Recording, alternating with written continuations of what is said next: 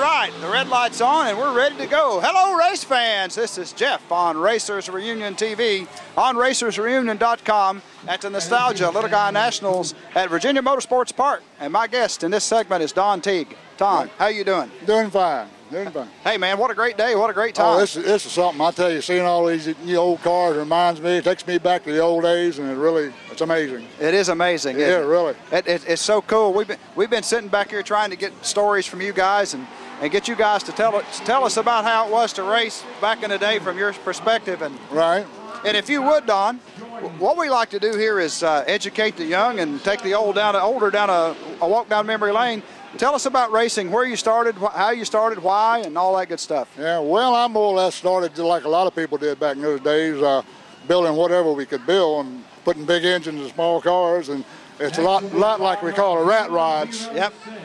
Today we call them rat rods. Back then I started like everybody else. And as time progressed, and we got into the early 60s, and I was looking to go faster, and everybody was building faster stuff. And actually, as a matter of fact, one day at a drag strip, I saw a 63 Plymouth with a 413 Super Max wedge in it. And I went Chrysler crazy at that point. And we went on, and I actually started running a 64 Plymouth in the super stock division with the Max 426 wedge with short ram 2.4s and all, and super stocks. And we eventually moved on up to the ultra stocks and the AFXs and stuff.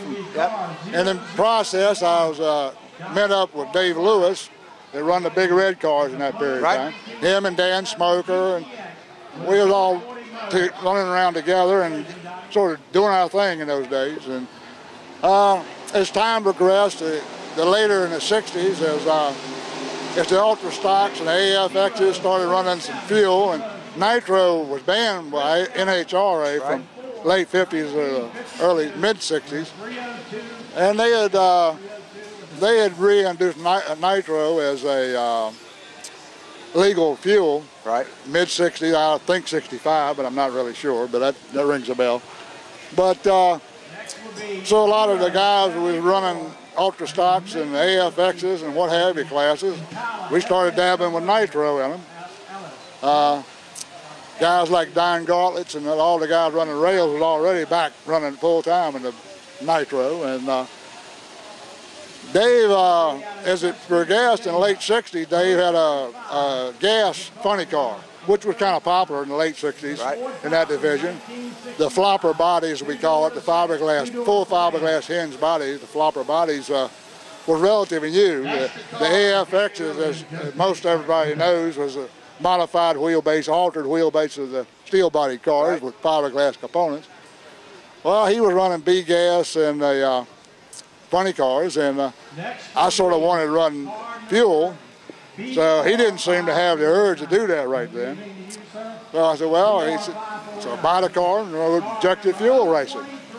And so I did, and run a car called Fool's Gold, not very popular in those days, and then people knew about it, but it was an injected fuel car, and run people like Kenny Warren with the Virginia Twister and stuff like this. And later, Dave got the fuel itch, I guess you'd say, and he wanted to go fuel racing, and I did AA fuel racing, blown AA, the top fuel now, we call it AA fuel back in those days. And matter of fact, Pee Wee Wallace, which is here today, I saw him a little while ago. He had he had a AA fuel car he'd run, because he'd moved out from the AF cars up into the AA class. And he had a fairly new 71 Barracuda bodied AA fuel car.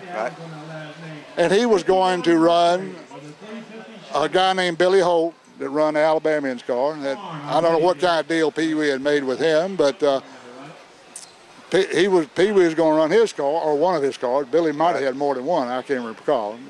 A lot of that going on in those days.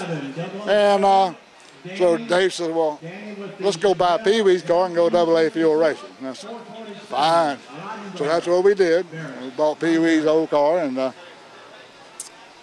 went on AA fuel racing for a while, and we tried to pick up sponsors. A lot of our racing back in those days was they didn't have the big sponsorships. A few guys, like I think Jungle had Revell, I believe it was, and a few of those guys. Blue Max, which was a polish back in those days. I don't know, you know, but of course, Padone and those guys, they had sponsors, but most of us guys, we were struggling and trying to get from race to race. And Frank Lesueur had brought, more or less started the fuel racing on the East Coast. So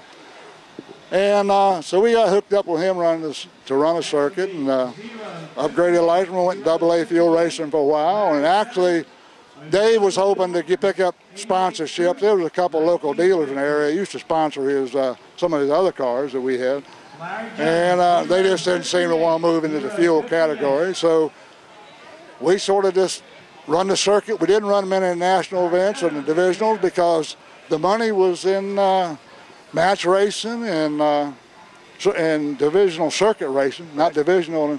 So we had to run the divisionals and the match racing to help pay for the car and so forth. And that went on, and later Dave backed out. And I moved on, and I caught up with Tom Smoker Smith that run the East Coast funny cars back then. He run a blown alcohol circuit. Right.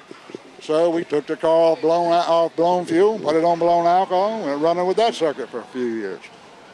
And the car, as we progressed on, I finally started getting to the point that I had to either support a family or run a race car or whatever, and we were running up and down the East Coast like crazy. And Smoker Smith back in those days was running us hard.